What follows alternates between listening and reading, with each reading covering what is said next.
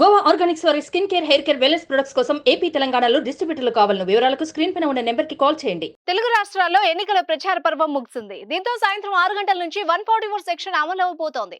నలుగురి కంటే ఎక్కువగా ఉన్న గుంపులుగా తిరిగినా, ప్రత్యక్షంగానైనా పరోక్షంగానైనా ఓటర్లను ప్రలోభాలకు గాని, ఇబ్బందులకు గాని గురి చేస్తే కఠిన చర్యలు తీసుకుంటామని ఈసీ స్పష్టం చేస్తోంది. అంతేకాకుండా ఎన్నికల ప్రక్రియ ముగిసే వరకు ఎలాంటి అవాంఛనీయ సంఘటనలు జరగకుండా అన్ని ఏర్పాట్లు పూర్తి చేసినట్టు ఈసీ చెబుతోంది.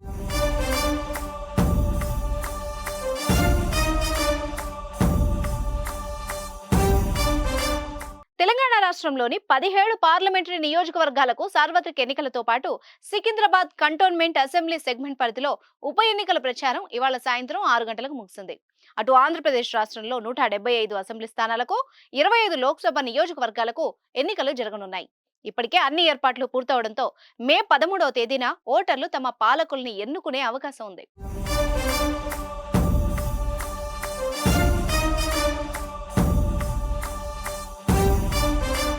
ఈ సందర్భంగా ఎన్నికల వేళ ఈసీ పలు కీలక ఆదేశాలు జారీ చేసింది. ఎలక్ట్రానిక్ మీడియాలో సాయంత్రం 6 గంటల నుంచి ఎలాంటి ప్రచారం చేయొద్దని సూచించింది. అయితే కొన్ని సంస్థలు మే 13వ తేదీన సెలవు ఇవ్వడం లేదని, ఆ రోజు సెలవు ఇవ్వకపోతే చర్యలు తీసుకుంటామని ఈసీ హెచ్చరిస్తోంది.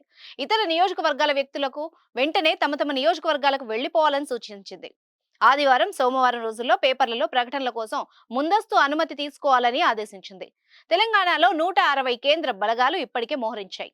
ప్రతి పార్లమెంట్ సెగ్మెంట్ లో 2 బ్యాలెట్ యూనిట్లు ఉంటాయని స్పష్టం చేసింది. ఈవీఎంలను తరలించే వాహనాలకు జీపీఎస్ ఉంటుంది.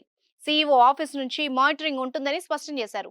వచ్చే 48 గంటల పాటు వచ్చే ఫిర్యాదులపై 100 నిమిషాల్లోనే చర్యలు తీసుకుంటామని తెలంగాణ ఎన్నికల అధికారి వికాస్ రాజ్ స్పష్టం చేశారు. ఇక ఏపీలో అన్ని నియోజకవర్గాల్లో రాజకీయ ప్రచారం ముగిసిపోయి రాష్ట్ర వ్యాప్తంగా 144 సెక్షన్ అమలైందని ప్రధాన ఎన్నికల అధికారి ముఖేష్ కుమార్ మీనా వెల్లడించారు. అలాగే 6 గంటల తర్వాత స్థానికేతర రాజకీయ నేతలు అంతా ఆయా నియోజకవర్గాల నుంచి వెళ్లిపోవాలని ఆదేశించారు.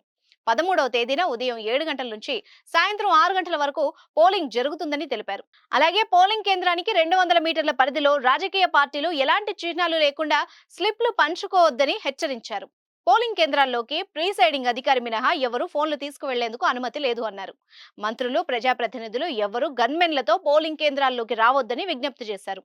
పోలింగ్ కేంద్రాల్లో భద్రత కోసం 1,00,000 మంది పోలీసు బలగాల్ని వినియోగిస్తున్నామని సీఈఓ మీనా తెలిపారు. సుమన్ టీవీలో మీ పర్సనల్ అండ్ బిజినెస్ ప్రమోషన్స్ కోసం కింది నెంబర్కి కాంటాక్ట్ చేయండి.